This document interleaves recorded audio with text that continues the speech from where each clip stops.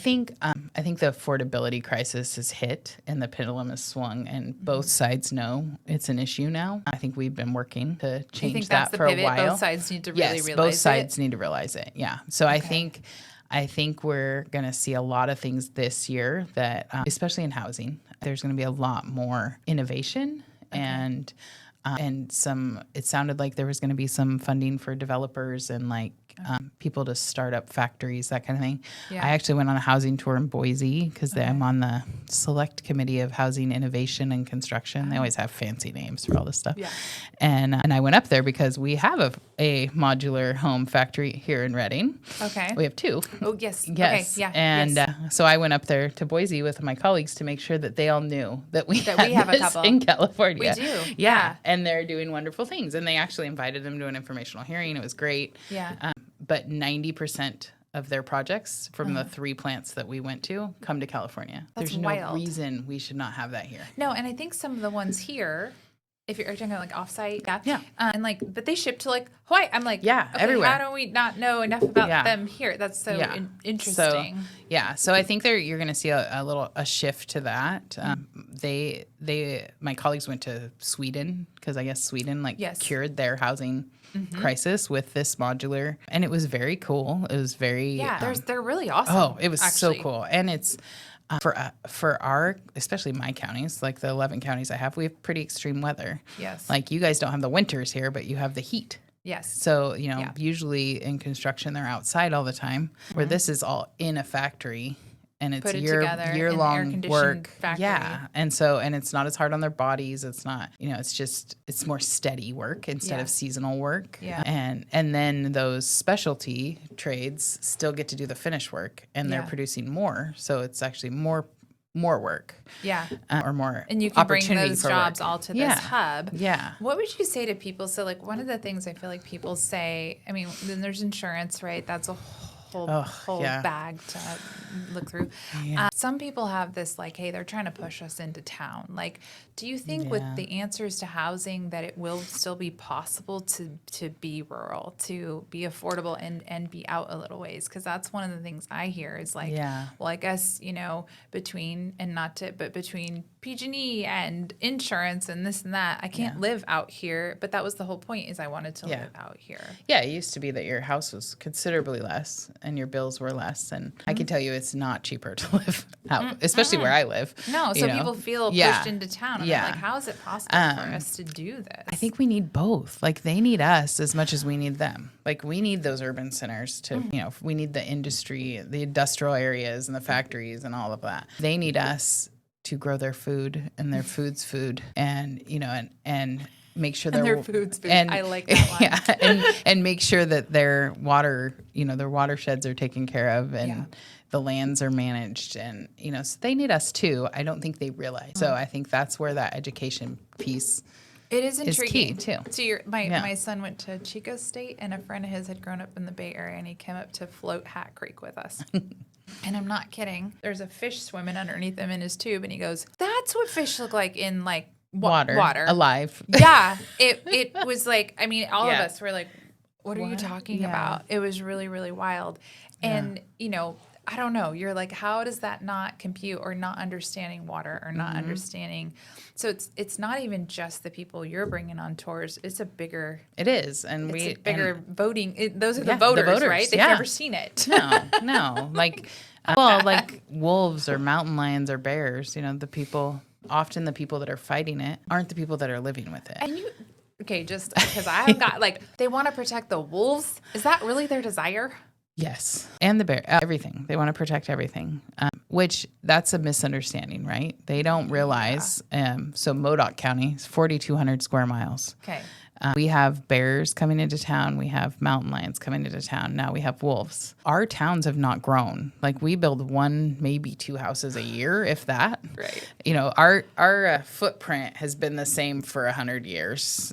They have plenty of room to roam. But that's what they say, is we're infringing on their habitat. Yeah. But they don't have to live with the fear, and that they don't have to live with it, Yeah, and we're not urban sprawling. No. That's no. not And even my whole district, I have Sierra County's 96% public lands. Yeah. And they had the huge wolf issues this summer. Like it's unfortunate because we don't have that people base to have that vote and have those numbers, but it's also why we live here.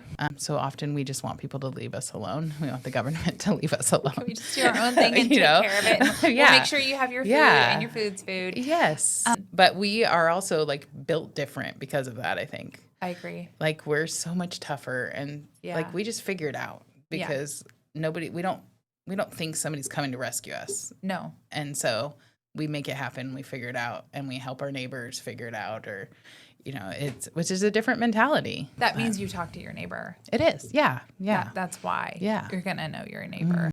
What for constituents who like see an issue and they're concerned, I think sometimes the thing that frustrates, but it interests me, and I've been guilty, is that we think we know who we're upset with, whether it's the city or the county, or we go up and and one of the things you hear, like, call your assembly office. Well, wait a minute, Heather's already on your side. Like, what is the best way for people to have a voice if they have something to say or disagree with something that's happening?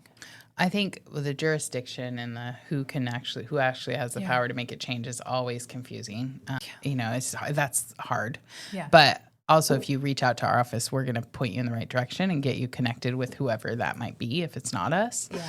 I hate the kick the can expression, so I like my people to just take the extra step and fix it if you can, even if it's not necessarily your lane, but if you know how to fix it, fix it. Yeah. It's hard. So since getting this job, I'm amazed at how many people don't understand like how a bill becomes a bill or who has the power to stop something.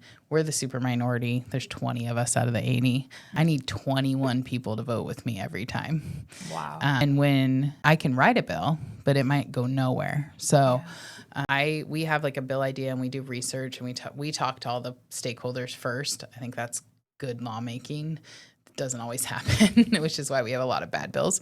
But so we do all that in legwork in the front, and then it goes to Ledge Council where they make it all the old school writing and harder to understand for people. Yes, and no one knows what you're actually trying to get past. Great. Yeah. So, and then it comes back to us, and then we submit it to the assembly desk. Then it gets assigned a committee, or 2 or 3, depending. Oh. And the committee chairs are all Democrats, and the vice chairs are all Republicans. That chair has the power to hear that bill or not. So if they don't like that bill, they won't even hear it. It's dead. They don't even have to hear it. They don't even have to hear it. So you have to have that relationship with them and their staff, all of the other people on the committee. So that you at least get heard. So you can get a hearing and then try to get it voted through. Yeah. Then if it costs over $150,000, it has to go to appropriations too and get past that committee. And then it goes to the assembly floor.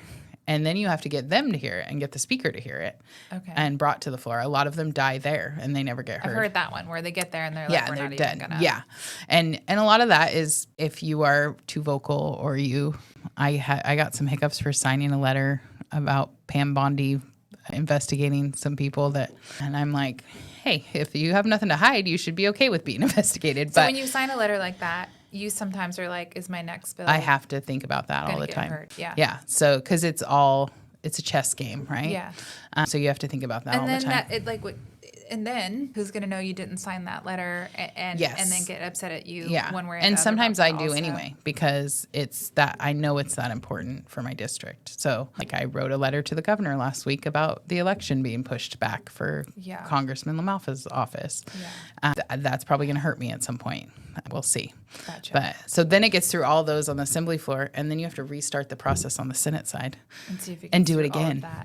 Knowing that it's like every time a relationship that's going to even let it get heard. Yes. What helps you keep having hope through all those processes? People. I would say the majority of the people there really care, and I get to know them on a personal level, so they care about me and what I care about, if that makes sense. Yeah. And on both sides of the aisle. And I have friends that are Democrats. We don't talk about politics.